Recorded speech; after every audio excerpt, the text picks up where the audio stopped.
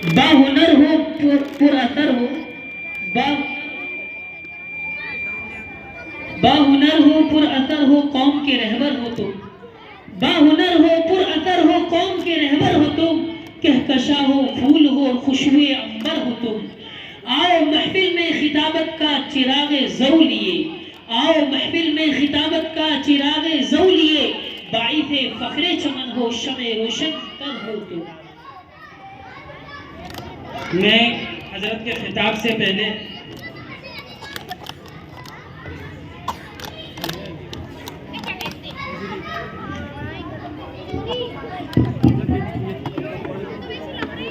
भाई, ये बच्चे जो शोर कर रहा है ना, पूरी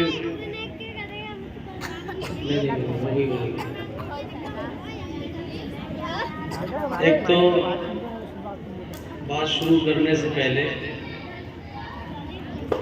हमारे महबूब इब्राहिमपुर के जो हजरात बैठे हैं, बेचारे इमाम साहब, कम से कम मेरे कानों में ये आवाज़ 50 मरतबा आ गई होगी कि बच्चे खामोश रहो। ये अकेले इमाम साहब बेचारे लग रहे हैं, जलसा तुम्हारे पूरे गांव का है, तुम में से कोई संभाल दो बच्चों को जो कबड्डी खेल रहे हैं। है आप नहीं संभाल सकते इन बच्चों को?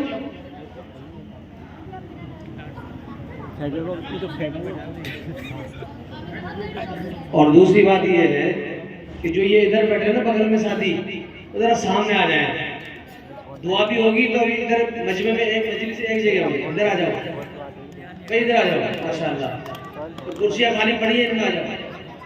जो यहाँ बैठे हो तो ये जो इधर पट्टी में बैठे ना, वो इधर आ जाओ सामने। माशाल्लाह बड़े समझदार साथी है, अल्लाह कबूल फरमाए। देखो, बड़ों से ज्यादा छोटों की बात का दिल पे असर पड़ता है। बड़ों से ज्यादा छोटे छोटे बच्चों ने जो प्रोग्राम पेश किए ना, बाज दफा तो बच्चों ने ऐसे प्रोग्राम पेश किए कि तबीयत चाह रही थी कि ये बच्चे बार बार ऐसे प्रोग्राम पेश करें। और इन बच्चों की बिसात क्या है, ये छोटे छोटे बच्चे हैं, इस उम्र में इन्होंने इतनी मेहनत की है और जो उस्ताद ने मेहनत कराई है, हम उम्मीद करते हैं कि अगर इस तरह की मेहनत जारी रही तो ये आपका मदरसा परवान चढ़ेगा और यहाँ से बहुत होनहार बच्चे पैदा होंगे। लेकिन ज़रूरत इस बात की है कि हम सब मिलकर के, पूरे गांव और अतराफ के जो लोग हैं, सब मिलकर के ये तय करें कि ये मदरसा हमारा है और इसके लिए हम तन मन धन की बाजी लगाएंगे। करेंगे इंशाल्लाह। कैसे लगाएंगे? बहुत सी जगह पर हमने स्कूल देखे सरकारी, मालूम किया कितने बच्चे हैं कि 100 बच्चे हैं स्कूल में, मास्टर कितने के 4 हैं। कहीं मालूम किया कि भाई स्कूल में बच्चे कितने हैं कि 40, मास्टर कितने हैं कि 30। बाज़ दफा ऐसा भी देखने में मिला है सरकारी स्कूलों को कि 10 बच्चे हैं और 3 मास्टर हैं। हमारे इस इलाके में, ये सिर्फ महबूब इब्राहिमपुर की बात नहीं कह रहा, बल्कि पूरे इलाके में एक बड़ा जुल्म मुसलमानों की तरफ से ये है कि हम मस्जिद में एक इमाम रखते हैं, चाहे उस मस्जिद के अतराफ में 10 घर हो, चाहे 100 घर हो, चाहे 200 घर हो। हम ये समझते हैं कि बस एक इमाम के रखने की जिम्मेदारी हमारी है। अब वो जिए मरे कुछ भी करे, वो है, ये बच्चे हैं, पूरा गांव है, अब इसकी जिम्मेदारी है कि इसको पढ़ाने लिखाने की। हम इंसाफ के साथ काम क्यों नहीं करते? हम दूसरी जगहों पर स्कूलों में, हम किसी भी स्कूल में आपके बच्चे पढ़ते हैं, वहां जाके देख लो कि जितने कितने बच्चे और उसके तनासुब से कितने मास्टर हैं। तो ये इतनी बड़ी भीड़ बच्चों की बैठी हुई है, ये थोड़े से वक्त के लिए तो मदरसे में पढ़ने आते हैं, ज्यादा वक्त उनका स्कूल में गुजरता है। और फिर हम ये चाहेंगे कि इन बच्चों में बहुत अच्छी क्वालिटी पैदा हो जाए। तो इसलिए एक तो मेरी नसीहत ये है आप के लिए कि बहुत ठंडे दिमाग से गौर करके ये सोचें कि भाई हमारे इस गांव में के बच्चों के लिए एक आदमी काफी नहीं है, हमको एक आदमी और रखना चाहिए पढ़ाने के लिए साथ में। मेरी बात सही है गलत है? बोलो भाई, बहु वाले बोलो। हैं? सही बात है। देखो मैं तुम्हें एक मिसाल दूं। हमारे पास में फतेहपुर के पास गुनसार गांव है। गुनसार गांव में जब हमने मदरसा कायम किया था, और मदरसा कायम करने के थोड़े दिन बाद तक भी कई सालों तक ये हालत था कि एक इमाम होता था और उस इमाम की तनख्वाह मुझे याद है, वो एक इमाम साहब थे 1500 रुपये तनख्वाह दी और पूरे साल उसकी तनख्वाह टाइम पर मिलती नहीं थी। 5-5, 6-6 महीने की जमा हो जाती थी। और जब ईद की नमाज होती थी ना, तो वह पटेल खड़े जाते थे कि साहब पहले इमाम की तनख्वाह होगा, उसके बाद में जब नमाज होगी। जब वो सब जबरदस्ती वहाँ तनख्वाह के पैसे इकट्ठे करते थे, फिर इमाम साहब की तनख्वाह दी जाती थी। उसमें इमाम साहब की भी कमी थी। इमाम साहब भी जो है कबड्डी खेलते थे, बच्चों को पढ़ाते नहीं थे। तो जैसा इमाम ऐसे उसमें बदी हो रहे थे। लेकिन बाद में जमात आई है गुजरात की, और उसमें कुछ उलमा आए, उन्होंने फिक्र की, मकातिब की। तो मौलाना महमूद साहब जो अभी हैं, वो बेचारे इस्लाम के आदमी थे, लेकिन वो तरस खा करके गांव वाले वहां लेने गए, तो वो यहाँ आए। आज वहां 6 आदमी काम करते हैं। कितने? एक ही गांव। तो तुम्हारे मुंह से बड़ा गांव नहीं है तुम साहब, इतने ही बच्चे वहां पर हैं। 250-300 बच्चों की तादाद है, 10-20 घर ज्यादा हो सकते हैं।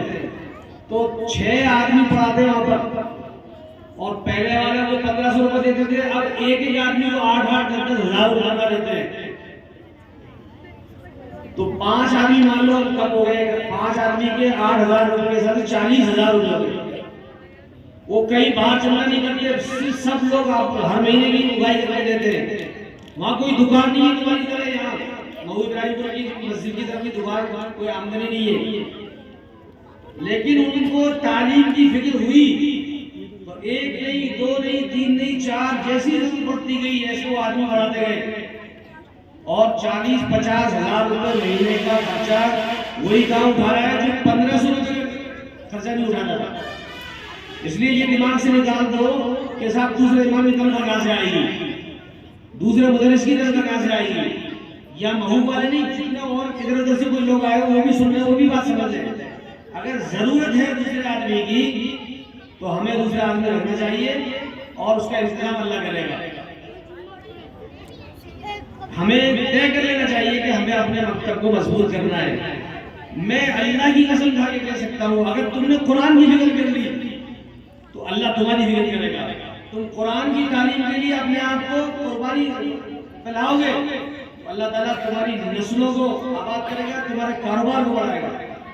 हमारे हजरत मौलाना शाह अबरार अक्सर रहमतुल्लाह अलैह फरमाया करते थे मदरसे वालों को कि कुरान सही पढ़ाने लग जाओ, कुरान की तालीम सही देने लग जाओ, अल्लाह ताला खजाने खोल देगा।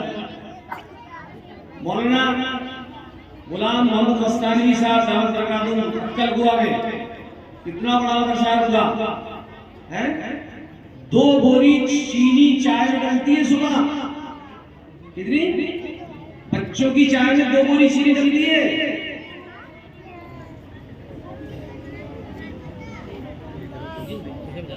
तो उनके यहाँ 80 क्लासें तो हिफ्ज की है, हिफ्ज करने वाले बच्चों की, जिनमें कम से कम 20 बच्चे होते हैं, और 100 से ऊपर उनके नादरे के क्लास की बच्ची वो है, क्लास है उनके पास। ये पूरा महू इब्राहिमपुर के बराबर का उनका कैंपस है, जिसमें जो है ना मदरसा चल रहा है, इससे भी बड़ा है। वो ये कहते हैं कि हमने कुरान पर मेहनत की, उन्होंने सबसे पहले कुरान शुरू किया होगा, कुरान पर मेहनत की, कुरान की बरकत से अल्लाह ने सारे काम करा दिए। उनके मदरसे में BEd college, DEd college, ITI college, BOS college, MBBS college, सारे कॉलेज अल्लाह ने खुलवा दिए। लेकिन ये नहीं हमारी तरह कि दूसरी चीज की तरफ रुख हो गया तो असल चीज को छोड़ दिया। असल को नहीं छोड़ा उन्होंने, मदरसा वही के लिए, मदरसे के अंदर बच्चे और पढ़ रहे हैं।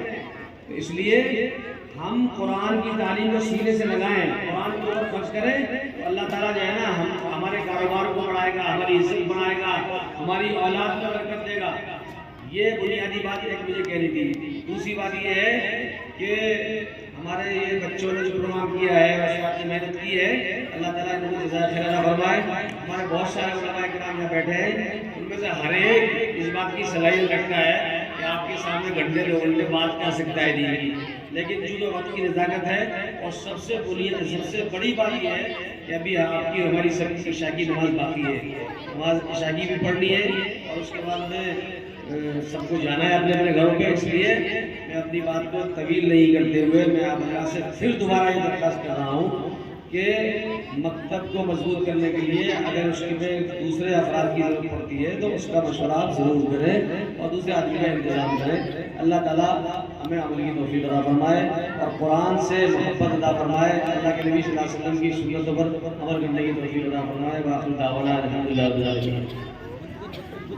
माशाअल्लाह, अल्लाह मज़ीद फज़ील, बारकल्लाहु फ़ीक, बिकम रिज़्क़िक।